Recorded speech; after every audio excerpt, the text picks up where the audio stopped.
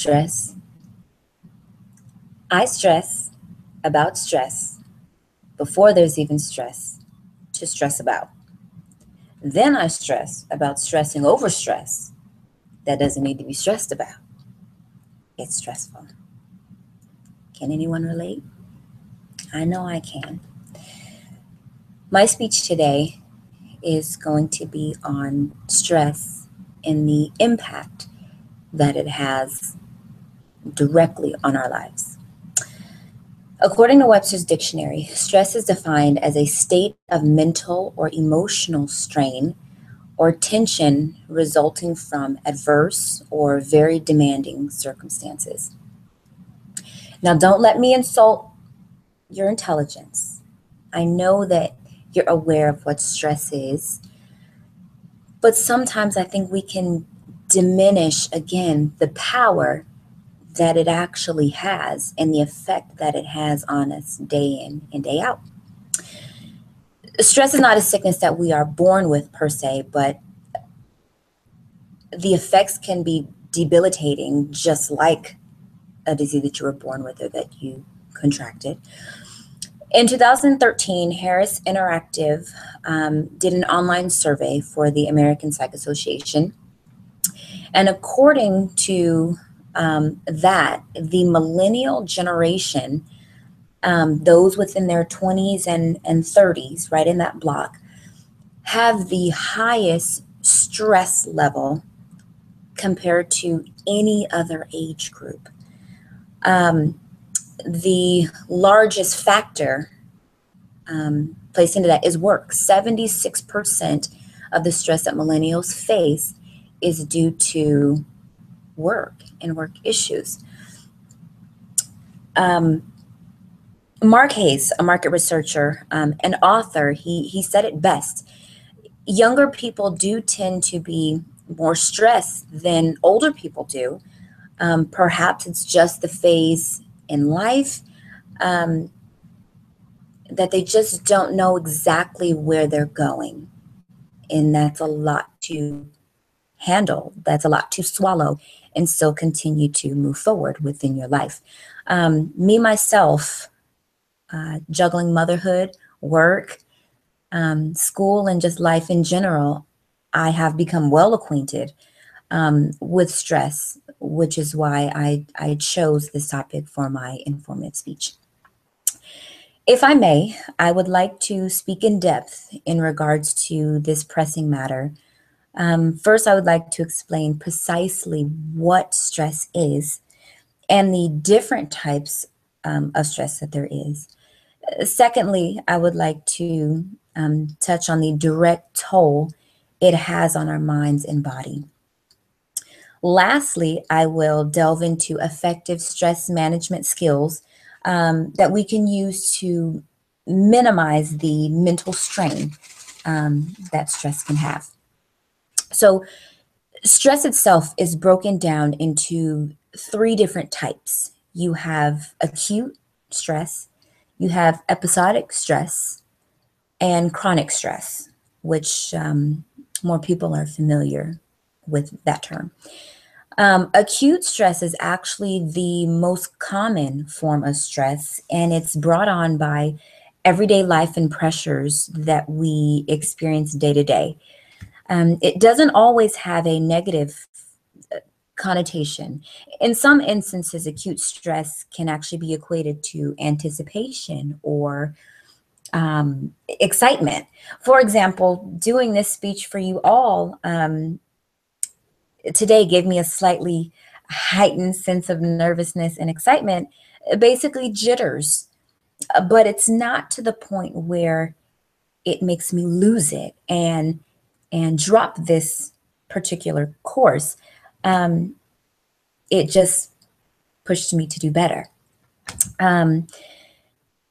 Acute stress typically lasts only for a short period of time. The symptoms are somewhat minimal. But this is where it gets tricky. Say if you were to get on a roller coaster and as soon as you sat down, you regret it. But it's too late. You have to stay on Now this situation has crossed that negative threshold, giving you an excess of acute stress. The symptoms now would not be so minimal. An acute stress overload can bring about symptoms like vomiting, headaches, dizziness. It can increase your heart rate very fast, and even give you the feeling like you can't breathe. Acute stress even has an effect on your emotional well-being. It can trigger short bouts of depression, anxiety, and anger, to say the least, simply because the human body was not made to house large amounts of stress. It has to come out in some way, shape, form, or fashion. Now, what happens when you begin experiencing acute stress continually? Ladies and gentlemen, welcome to episodic stress. This comes from a mixture of everyday life struggles, incessant worrying, along with unrealistic self goals. It's basically as if you set yourself up to emotionally fail. Much like acute stress, the symptoms are parallel. The only difference is they drag on longer. And due to that pressure, you're more prone to heart complications. My grandmother used to tell me, be careful, because the burden that you're carrying is too heavy for your heart to handle. And it wasn't until years later that I fully understand. Years later, to when I actually did more research and understood the connection between psychological stress and physical ailments. They are very connected. I saved the best for last. Really more like the worst for last. That would be chronic stress. I call it the worst because unlike acute and episodic, chronic stress does not let up. It's not brought on by simple everyday occurrences. It's triggered by long-term trauma. If you have been dealing with an unhealthy situation, that can be an unhealthy relationship, money issues, work conflicts, anything of a toxic nature, it can put you into the throes of chronic stress. This is the food for thought. It's not necessarily the situation that derails you. It's the constant stress and badgering of the situation that assaults your mental psyche. That can make a person susceptible to sudden heart attacks, high blood pressure, clinical depression, and even lead to suicidal tendencies, which we see so often, which unfortunately we especially are seeing more in the millennial generation, especially right now, which is why this is such a pressing matter for me. Now that I've given you a truckload of bad news, let's bring a balance here. A certain amount of stress can be beneficial to a certain degree. It can, as mentioned before, push you to do your best, to study just a little bit more, or whatever the case may be. Beyonce was once quoted as saying, "I am my worst critic," and it's constantly on my mind as to what I could have done better at the last show, and can I do it better at the next show? That's an example of someone taking their negative acute stress and channeling it into something that now becomes her own self-motivation. That leads me to my last point, which is the power of coping and effective stress management.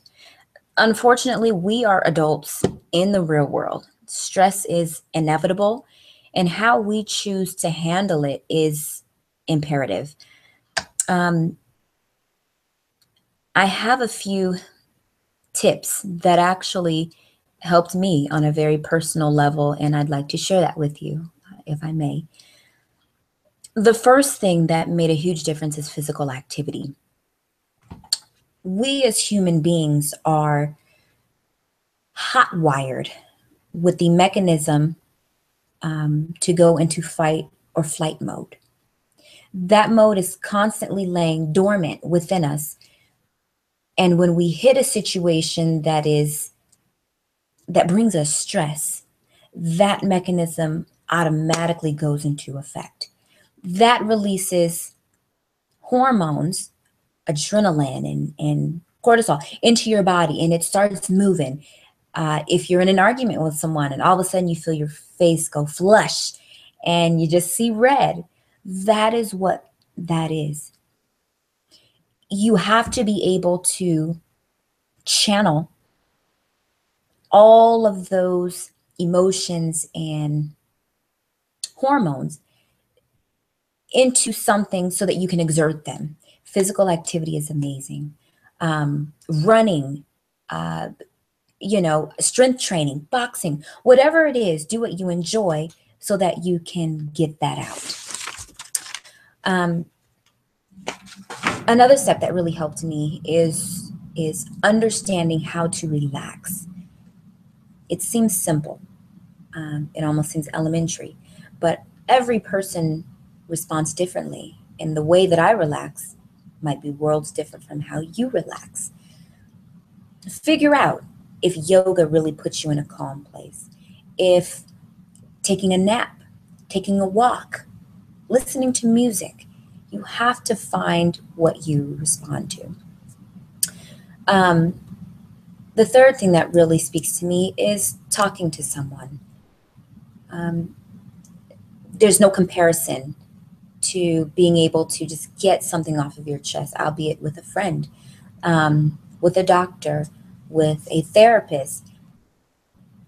You do yourself a huge favor by releasing that. The fourth thing would be learning and grasping why you have to say no. This connects directly to those who suffer with episodic stress. Typically, those who are type A seem to deal with that type of stress, or those who just pile a lot onto their plate because they don't want to let anyone down, or they continue to set the bar really, really high for themselves. In doing so, it's great and it's admirable, but if you don't learn the art of saying no, you will take too much into your boat and your boat will sink. You have to be in control of your time. You have to be in control of your mental space. And if you say yes to everyone, you're sliced into so many different pieces, you can't be whole. The last thing that really speaks to me is taking control of out of control issues. We all have it, that one or two situations in our lives. That's always kind of there. It's always kind of in the back of our minds. It always kind of starts a fire within us, but you just don't have the energy to deal with it. You don't have the time to sit down and figure out how you're going to deal with it. And so it just lingers. This is what connects to chronic stress, because it's a situation that won't go away. It may have started small, but it grows and it grows and it grows. We have to take control of those certain situations, because those are the things that will beat you down continually until you're nothing. And at that point, that's when we say the line, I am overwhelmed. That's how you get there. Take a piece of paper, write down the situation, Write down every option that you can think of to try and find your way out of that situation until you find the one that fits. I'll leave you on this note, said perfectly by Mary Lou Hinner. Being in control of your life and having realistic expectations about your day-to-day challenges are the keys to stress management, which is perhaps the most important ingredient to living a happy, healthy, and rewarding life. I could not agree more. Thank you so much for listening. It was my pleasure speaking with you all. Stress kills. Don't worry, be happy.